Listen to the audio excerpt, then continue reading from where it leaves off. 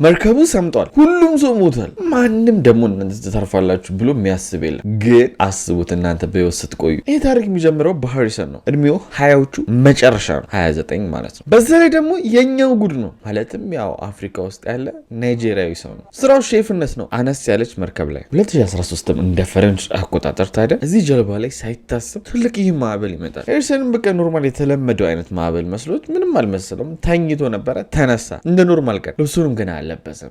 ላጥ ብሎ ወደ መጸዳጃ ክፍል ገባ። ያው እንደተለመደው ግን ማዕበሉ በዚህ ሰዓት በጣም ከፍ ብሎ ተነሳና ይሄንን ጀልባ ግልብጥ አደረገው። ያው ጀልባ ስላችሁ ትንሽ ጀልባ እንዳታደርጉት፣ ግን ደግሞ ትልቅዬ መርከብም አይደለም መሀል ላይ ያለ ነው። ስለዚህ ያው ጀልባ ስላችሁ ተረዱ። በሚገለበጥም ሰዓት እሱ መጸዳጃ ክፍል ነበር አላልኳችሁ? እሱን ወደ መሬት ጣለው። ከላይ ደግሞ መጸዳጃ ቤትም ያው ሲቀመጥበት የነበረው እሱ ላይ ግልብጥ አለ ማለት ነው። ከዛም ለመነሳት ሲጥር ጭራሽ ሁሉ የሽንት ቤቱ መቀመጫ ተፈንቅሎ አናቱን ድርግም ያደርገዋል። አሁንም ግን ለመነሳት ሲጣጣር መብራቱ ጥፍት አለ የጀልባ። አሁን ሃሪሰን በጨለማ ታውጧል። አናቱ ተመቷል። በዛ ላይ መጸዳጃ ቤቱ ፍሳሽ ራሱ ላይ ነው የተደፋው። በዚህ ግን አቆመ?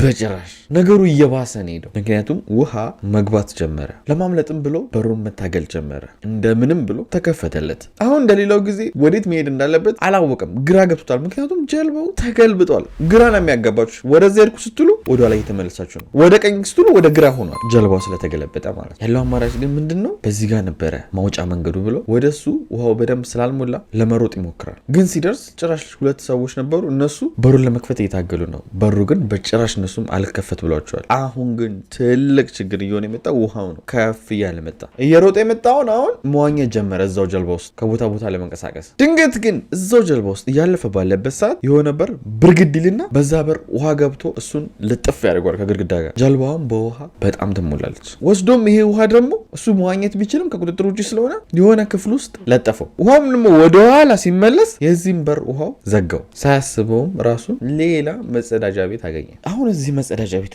ሲገባ ቆንጆ ነገር ምን ተፈጠረ? ሙሉ ለሙሉ ውሃ ይሄንን መጸዳጃ ቤት አልሞላውም። ትንሽ መተንፈስ ይችላል። ግን ማወቅ ያለባቸው ነገር መርከቡ ኦልሬዲ ሰምጧል፣ ውስጥ ነው። እዛች መጸዳጃ ቤት ውስጥ አልገባም። ለምን ያልገባው? አንዳንዴ አየር በራሱ ቦታ ይይዛል። ለምሳሌ የሆነ ጆግ ብድግ አድርጋችሁ በአፉ እንደዚህ ድፍን የሆነ ጆግ ውሃ ውስጥ እንዴት ነው ስትጫኑት ይታገላችኋል አይደለ? ኦር ደግሞ በደንብ ታግላችሁ ወደ ውስጥ ታስገቡት ጆጉ ምንድነው ባዶ ነው፣ ግን ሙሉ ለሙሉ ጆጉን ማስገባት ትችላላችሁ። አየሩ ግን ውስጥ ቦታ ይይዛል። እንደዛ ነው የሆነው። ጀልባዋ ወደ ውስጥ ገባች።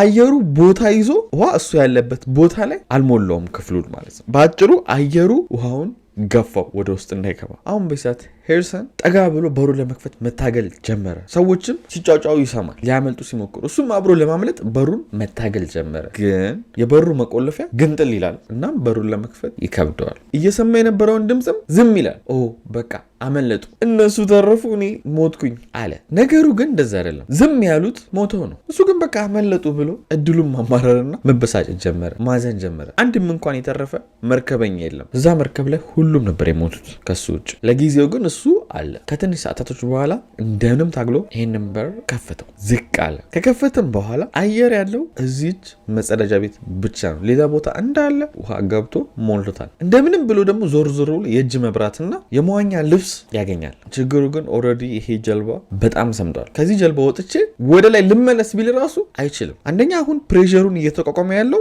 ራሷ ጀልባ ነች። የውሃው ራሱ እየሰመጣችሁ መጣችሁ ቁጥር ፕሬሸር አለው ድፍጭጭ የሚያደርጋችሁ። እሱን መቋቋም በጣም ይከብደዋል። መተንፈሱ ላይ ያቅተዋል። ሳምባውን ሊያጣብቀው ይችላል። ሁለተኛ ነገር ይሄንን እንኳን ቢቋቋም ወደ ላይ እስከሚወጣ ይሞታል። በቂ አየር አያገኝም ላይ ለመድረስ። ያለው አማራጭ እዚች መጸዳጃ ቤት ውስጥ ያለውን አየር እየሳበ ሰርቫይቭ ማድረግ ነው። ግን እቺ መጸዳጃ ቤቱ እንዳትሸውደው ስትገለበት እንዳልኳችሁ ግራና ቀኝ ነው። ሁሉ ነገር ተገለባብጧል። እንዳይጠፋበት እያለ ጨርቅ ቀዶ አርዝሞ አስሮ ከዚች መጸዳጃ ቤት የትም ቦታ ሲሄድ እዛ ጀልባ ላይ እችን ጨርቅ ይዞ ነው የሚሄደው። ምክንያቱም ድንገት ቢረሳውና መጸዳጃ ቤቱ በዚህ ጋር ነው ምናምን ብሎ ቢሳሳት የህይወት ጉዳይ ነው፣ ነፍሱን ያጣል። ስለዚህ ለመመለስ ሲፈልግ ይህንን ጨርቅ ነው የሚከተለው። ይህም አንድ ስማርት መንገድ ነው። ከምንም በላይ ግን እሱ ለመትረፍ አሁን ከውሃው መውጣት አለበት። ምክንያቱም ቅዝቃዜው ራሱ ውሃ ውስጥ አዳክሞ ይገለዋል። ስለዚህ እዛው ጀልባ ላይ የበር እንጨት ምናምን አስተካክሎ ሰባብሮ እዛች መጸዳጃ ቤት ውስጥ ሰካክቶ እሱ ላይ ወጥቶ ቁጭ አለ። ምግብ ደግሞ ሲፈልግ የታሸጉ ምግቦች ነበሩ፣ ቱና ምናምን እየሄደ እነሱን እያመጣ ይበላል። አብሮትም ከዚህ ቱና ጋር ደግሞ የሚጠጣ መጠጥ ነበረ እንደ ኮካ አይነት። ለጊዜውም እነሱን እየተጠቀመ እየጠጣ እየበላ ሰዓታቶችን ማሳለፍ ጀመረ። አሁን ለሱ ትልቅ ችግር የሆነው ምን መሰላችሁ? ሰዎች አብዛኛው ጊዜ የተለመደው ምንድነው? መርከብ ከሰመጠ ወይም የሆነ ጀልባ ከሰመጠ ዋኝታችሁ ከወጣችሁ ተርፋችኋል። መርከቡ ሰምጦ ወይም ጀልባው ሰምጦ ግን ከዛ ጀልባ ካልወጣችሁ ሞታችኋል። ስለዚህ ሰው ሁሉ 12 ሰዎች ነበሩ። ከ12ቱ የሚያስብ የለም። ይሄ ደግሞ ክፋቱ ምንድን ነው? እናንተን ቶሎ ለማዳን ሚሮራጥ የለም። በቃ ሬሳችሁ ነው። ሬሳችሁን ደግሞ ያው ቀስ ተብሎ ያው ነገሮች ተመቻችተው ይወሰዳል። ማን ይቸኩላል? እሱ ግን በዚህ በኩል መከራውን እያየ ነው። ስልክ የለ አለው የሚልበት መንገድ የለ። አንድ የሚያውቀው ነገር ቢኖር እዛ አካባቢ ጀልባዋ እንደሰመጠች ስለታወቀ ቦታውን በጀልባ እየዞሩት ነው እና ቫይብሬሽኑ ይሰማዋል። የሆነ እንቅስቃሴ እንዳለ ይታወቀዋል። አንድ ግን ማወቅ ያለባችሁ ነገር ይህን ያክል ስምጥ አልገባችም ጀልባዋ። 33 ሜትር 32 ሜትር አካባቢ ነች። ያው አፍሪካ ሀገር ነገሮች ፈጣን ስላልሆኑ ነው ለእርዳታ እንጂ አሜሪካ ምናምን ቢሆን ሰመጠ በተባለበት ሰዓት ዳይቨሮች ይገባሉ፣ ቼክ ያደርጋሉ። ነገሮች ግን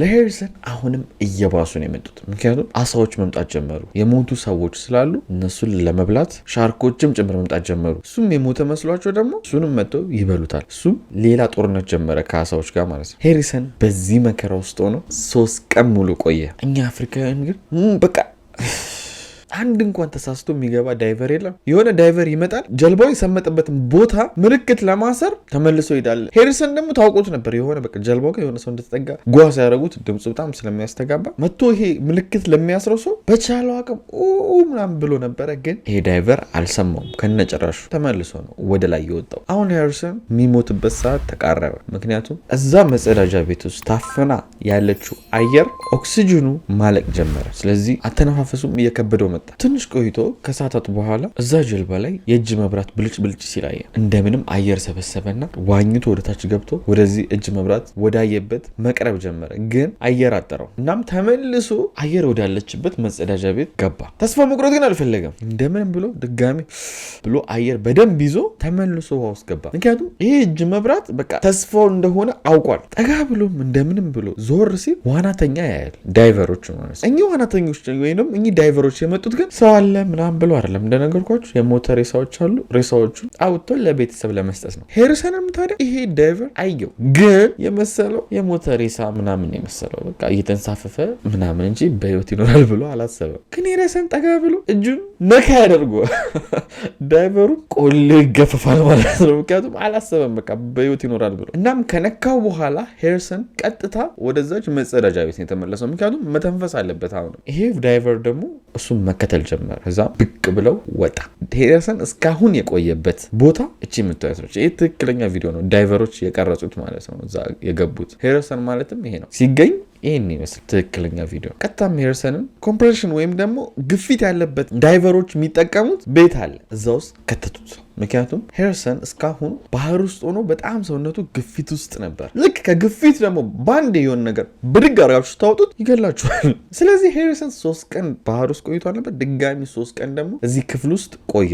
ግፊቱ ልክ እንደ ኖርማል አሁን እንደምንኖርበት እስከሚለምደው ድረስ ማለት ነው። ከ3 ቀን በኋላ ግን ሲወጣ ሰው ሁሉ እንኳን ደስ አለ ምናምን አለው። እሱም ደግሞ ያየውን ስቃይ ያየውን መከራ ሌሎች እንዳያዩ ስላልፈለገ ከሼፍነቱ ዳይቨር ሆነ። ወይም ደግሞ አደጋ ሲፈጠር ጥልቅ እየሰመጠ ቼክ የሚያደርግ ሰው ሆነ። ስራውን ቀየረ። የሄሪሰንም ታሪክ ይህን ይመስላል። በቀጣይ ቪዲዮ እንገናኛለን። ወዳችኋለሁ። ባይ